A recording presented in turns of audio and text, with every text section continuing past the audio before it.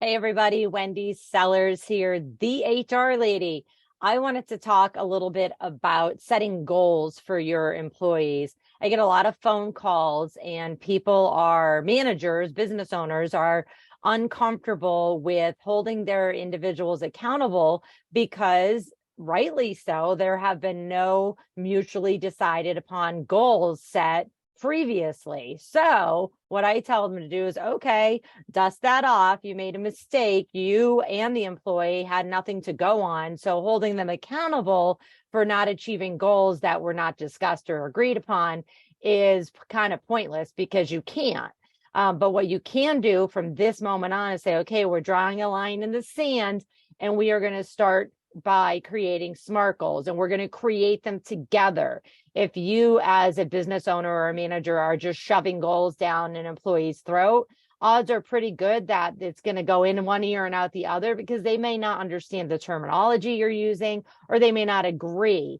Now, if they don't agree at all, then maybe they're not right to be on your team. But before you make that decision, why don't you grab a pen and paper and create a worksheet that says, how are we going to decide what our goals are in the future? And I really encourage you to make sure that they are SMART goals. And what SMART goals are very specific. So, what do I want to accomplish? Why do I want to accomplish this? Who is involved in this goal? Maybe many who is involved. Which requirements are necessary? Does somebody need to get a certification in something before this goal can be completed? So very specific. That's the S of the SMART goal. So specific.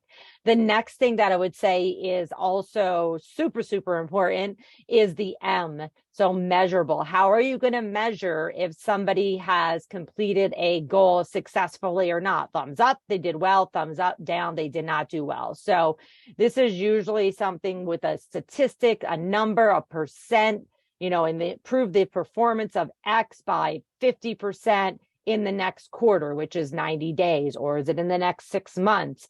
So being very specific and measurable. So S and M, and then attainable. Don't give your employees goals that are just not attainable, because what's going to happen is they're going to leave, or worse, they're going to quit and stay. They're going to say, you know what?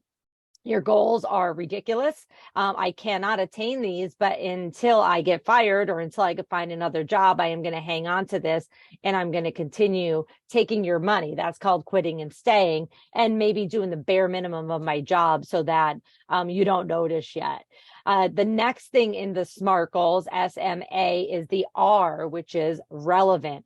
Are the goals that you're assigning to each individual in your workplace, are they relevant to that position? Are they relevant to the goal of the entire department and the goal of the entire organization?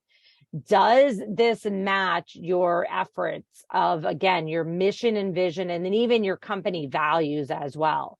And then finally, make sure that your goals, your SMART goals, are time bound. I see all too often that organizations or leaders will say, in the next year, we want you to do this. Well, if it only takes 2 weeks to do this, why don't we say in the next month, we want you to do this? And then in the second month, we want you to do X. And then in the third month, we want you to do X.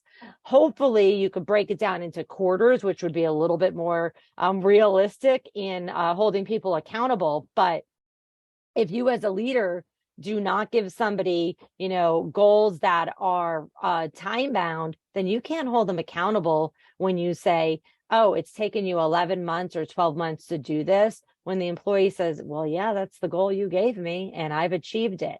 So be very careful. I encourage you again to pull out a worksheet, a pen and paper, and go through specific, measurable, attainable, relevant, and time-bound goals, not just for your leaders and your managers, but for every person in your organization, whether they're hourly or their salary. Why? People come to work to feel that they've achieved something.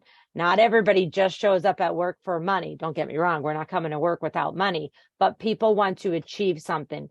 Developing SMART goals and then talking about the SMART goals with your individuals on a regular basis is going to make them feel like they're part of a team, that they belong, and that they want to stay with your team long term.